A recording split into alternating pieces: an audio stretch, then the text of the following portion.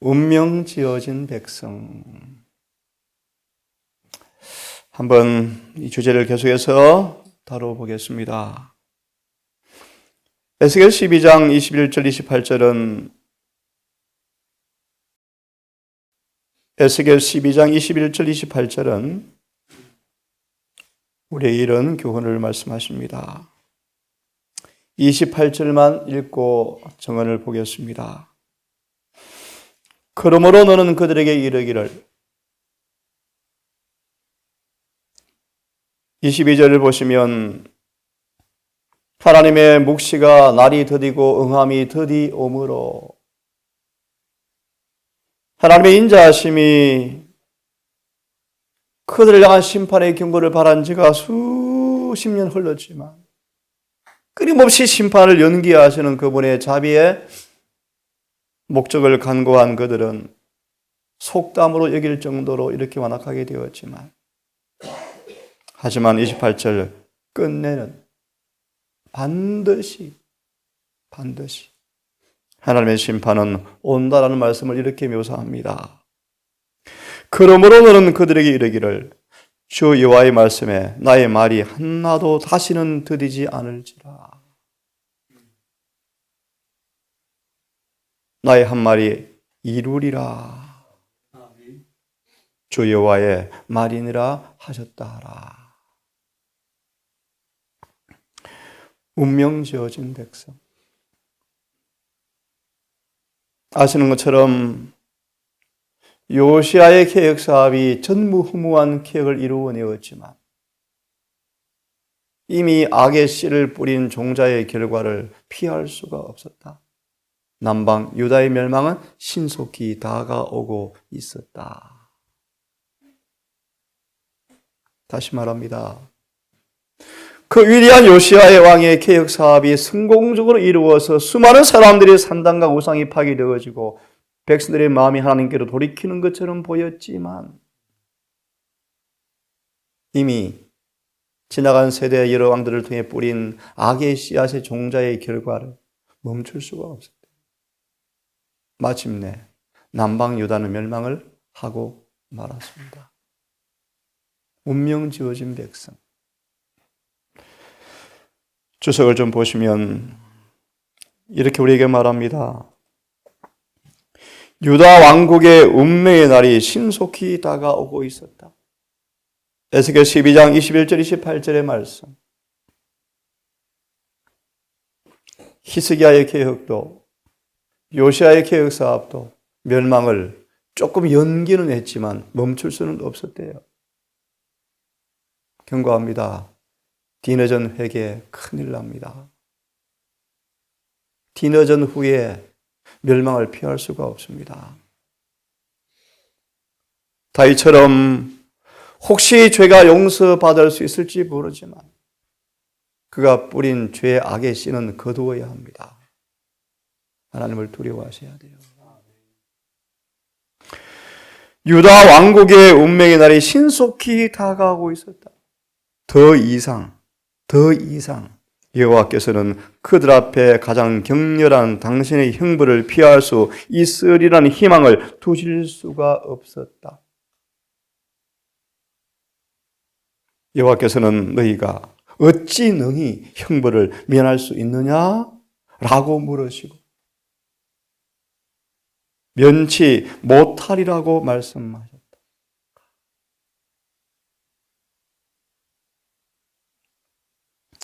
그런데 그들은 이 말까지 조롱거리로 받아들였다. 심판을 면할 수가 없어요. 다니엘서의 요한계시록은 남방 유다와 이스라엘 백성들의 멸망으로 시작된다고 말씀을 드렸죠. 저와 여러분들은 지금 세상의 멸망을 선포하는 사람들이에요. 운명 지어진 세상의 멸망을 경고하는 교회로 부름받으세요. 돌아와서 다시 보면 오래 지체되어진 주님의 자비가 조롱당하여 이 말까지도 조롱거리로 받아들였다. 그래서 에스겔 20장을 보시면 하나님 비유로 말씀하시는 거죠. 진짜가 아니죠. 비유죠, 비유. 첫 때를 옮기리라. 입에서 토해내치라는 경고가 발해진 지가 정말 오래되었어요. 마저 보겠습니다. 날이 더디고 모든 몫에 응함이 없다고 회개하지 않은 사람들은 말했다.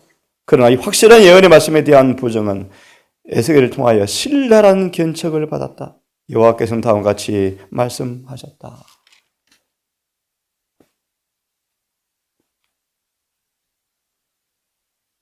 마지막 문단을 좀 보시겠습니까? 선두에 서서 그 나라를 신속히 멸망으로 이끌어가고 있는 사람 중에 그들의 왕 시드기야가 있었다. 참, 시드기야. 유다 왕은 선지자를 통하여 주어진 여호와의 근고를 완전히 저버리고 그가 느부갓네살에게 진 은혜의 빛을 잊어버린 채 이스라엘 하나님 여호와의 이름으로 행한 엄숙한 충성의 맹세도 깨뜨리고 선지자들과 그의 은인 느부갓네살과 하나님께 대하여 반역하였다. 자신의 지혜에 자만하여 그는 옛날 이스라엘의 번영의 원수였던 자에게 도움을 청하려고 사자를 애굽에게 보내어 말과 군대를 구하였다. 무슨 뜻인지는 여러분 다음 기회에 본문의 말씀을 좀 보시면서 이해하시기를 바라고요. 한 말씀을 더 보고 본문을 보고 또 함께 기도하면 좋겠습니다. 이 말씀을 선지자 왕을 좀 펴보겠습니까? 425페이지를 좀 펴서 선지자 왕 425페이지를 펴십시오.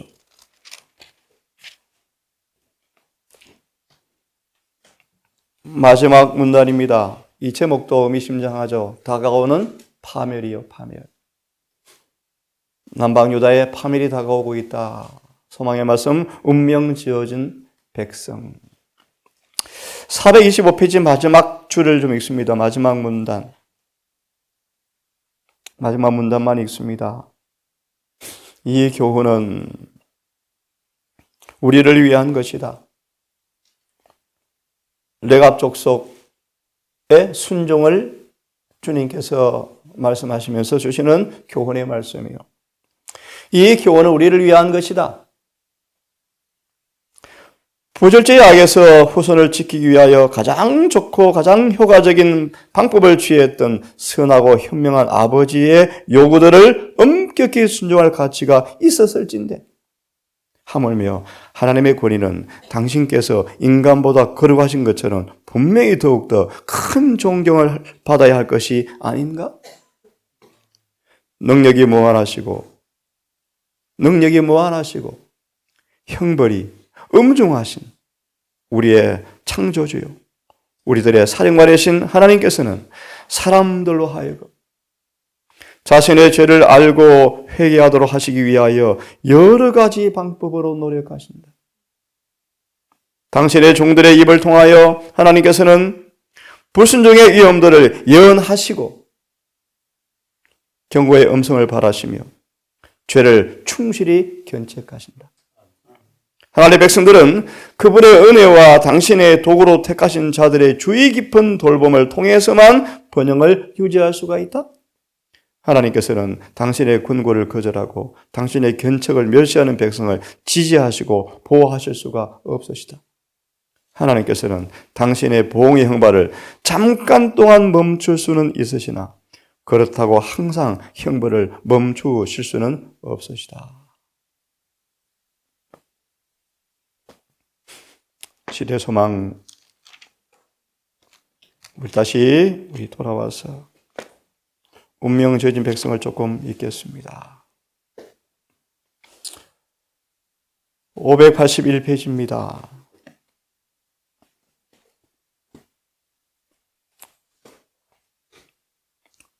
(581페이지) 바로 위에 문단을 보시면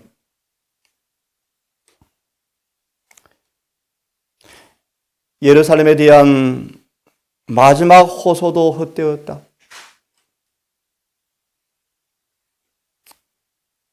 이는 누구냐라는 질문에 제사장과 관원들이 예언의 의미를 알아챘지만, 음성을 들었다, 알아챘죠. 하지만 그들은 영감으로 된 말씀을 지적으로는 알았지만 마음으로는 안 받아들였다.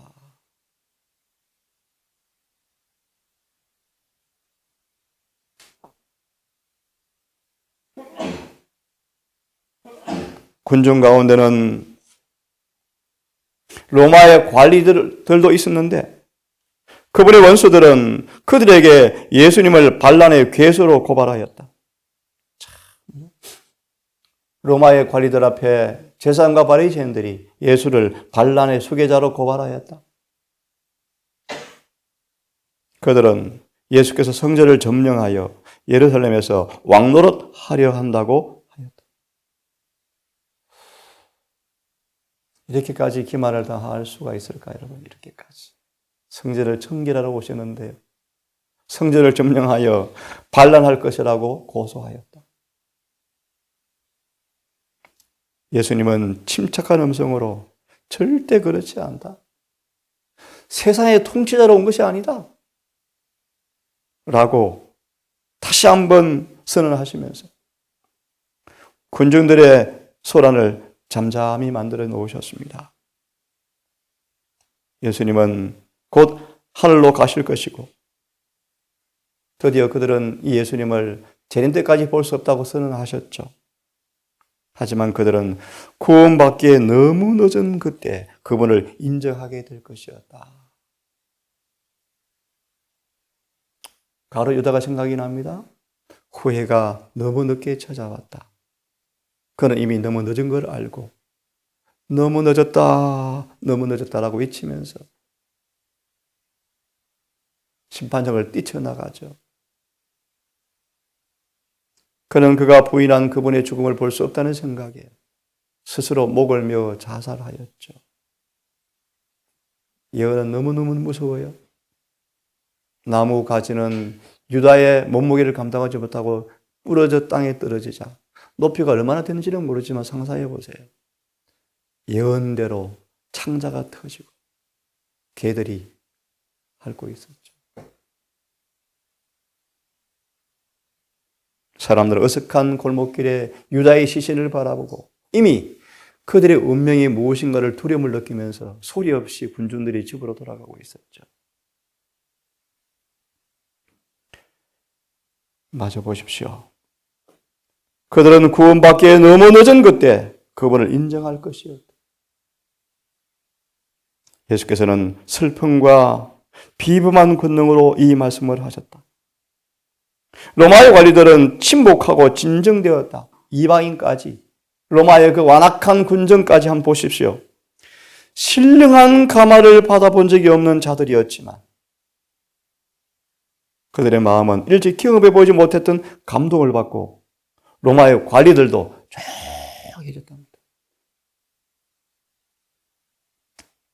침착하고 엄숙한 예수님의 얼굴에서 그들은 사랑과 자비와 조용한 품위를 읽을 수 있었다.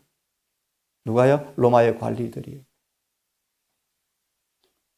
그들의 마음을 이해할 수 없는 동정심으로 움직였고 예수를 잡는 대신에 예수님께 더 경의를 표하고 싶었다.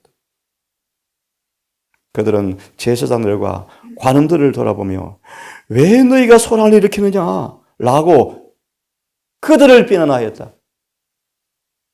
분노하고 좌절한 이 바리새인과 서기관들, 지도자들은 저희의 불평을 백성들에게 돌리고 저희들끼리 화를 내면서 다투었다.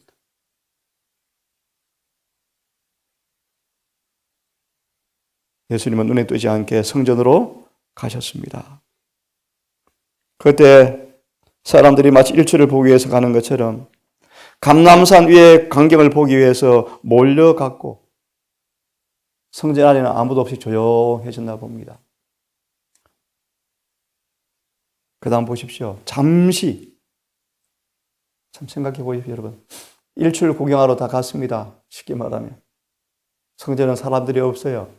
주님이 조용히 성전에 들어왔습니다. 와서 슬픔에 찬 눈으로 성전을 바라보시면서 그 다음 예수께서는 제자들과 함께 다시 베다니로 돌아오시면서 백성들이 예수님을 보호자에 앉히려고 이제 다시 찾지만 예수께서는 사라지셨죠. 예수께서 밤새도록 기도하시고 아침에 다시 성전으로 오셨답니다. 도중에 뭘 보십니까? 이제 아시는 것처럼 무화과 밭을 지나셨습니다. 그분은 시장하셨어요.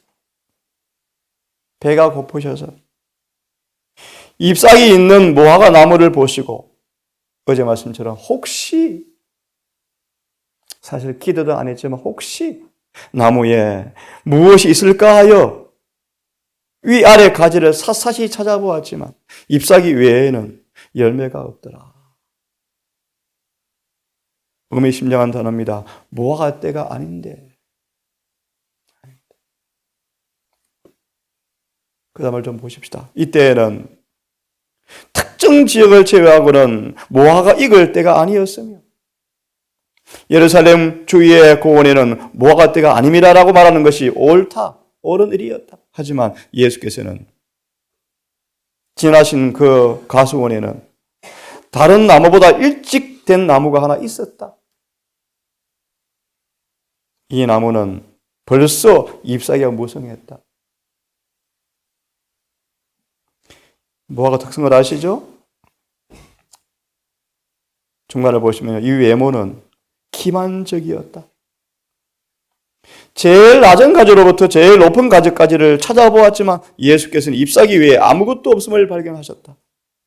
그것은 가식적인 무성한 잎사귀에 지나지 않았다. 잎사귀요, 종교 행사들요, 종교 행사. 예레미야 8장 종교 노름들. 예수께서 이렇게 말씀하십니다.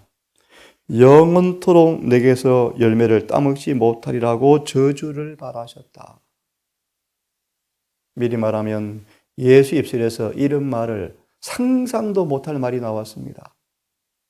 이 나무가 뿌리채 말라 죽으라. 내게서 영원히 열매를 따지 못하리라. 자비하신 주님의 입에서 나온 음성 앞에 제자들이 상상 초월이었답니다. 어떻게 저렇게 자비한 주님께서 이렇게 말할 수 있을까? 어제 보았습니다. 어미하신 하나님을 잊지 마십시오. 원 감람나무도 아끼지 않고 찍으셨습니다. 유대교회가, 이스라엘이 수천 년간 유리방황하였습니다. 십자가의 피값이 톡톡히 그들이 지금도 물고 있죠. 마저보고 아침 마무리합시다. 무화과 나무를 저주하신 주님의 행위는 제자들을 놀라게 하였다. 여러분, 주님의 품성을 많이 묵상해 보십시다. 여러 번 말씀을 드렸죠. 심판날에 많은 사람들은 뒤늦게 후회하면서 우리가 예수님의 지나치게 자비만 의존하였구나 라고 후회한다. 그분은 공의로운 분이셔요. 공평하신 분이셔요.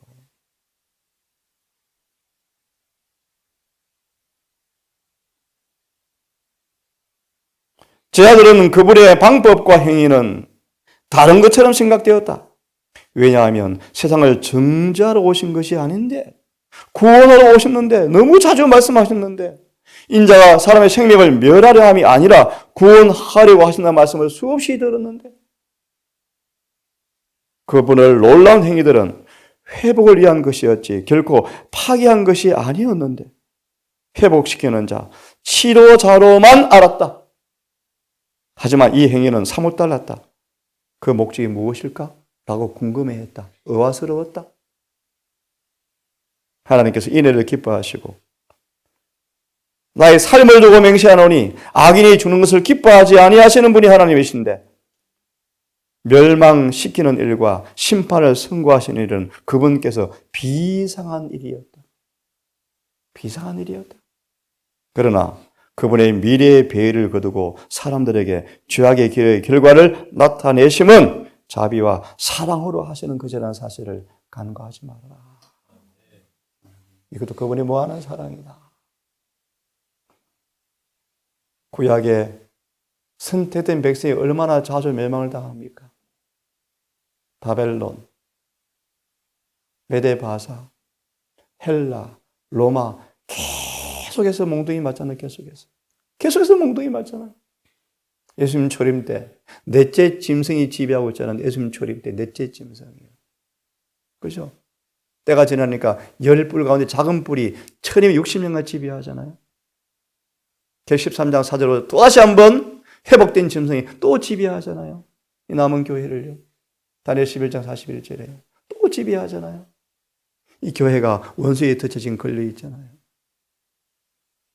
똑같은데 사람들이 못 알아차려요. 똑같아요.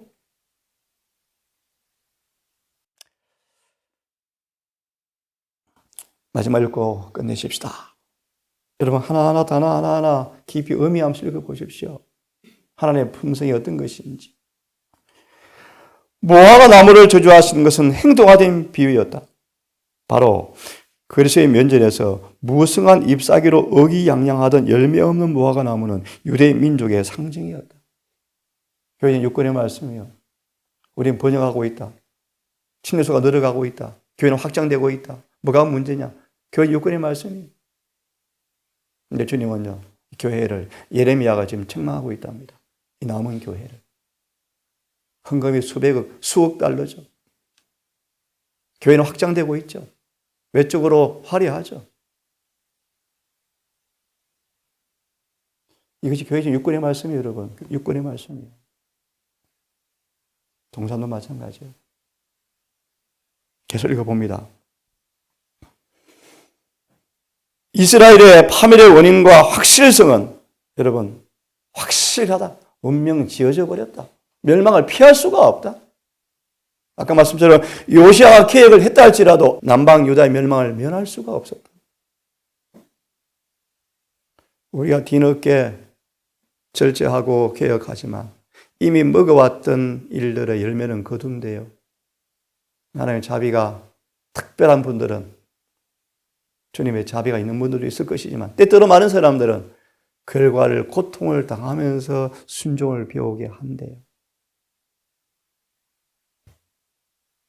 맞아 읽습니다. 파멸의 원인과 확실성을 제자들에게 가르쳐 주고자 하셨다. 이러한 목적에서 예수께서는 나무를 말라 죽게 하셨죠. 유대인들은 하나님께 대한 충성을 고백함으로 모든 민족과 구별되었다. 충성을 고백하였으므로 민족과 구별되었고 하나님의 특별한 총애를 받아들였으며 모든 백성보다 의롭다고 주장하였다. 산상보험 보시면 너희가 더 많이 아는 것이 무엇이냐라고 말하지 않으신다. 어떻게 말씀하여? 더 많이 행하는 것이 무엇이냐라고 물으신다. 많이 아는 것 중요하지만 더 중요한 것이 뭐예요? 하나를 알더라도 실천해야죠. 순종해야죠.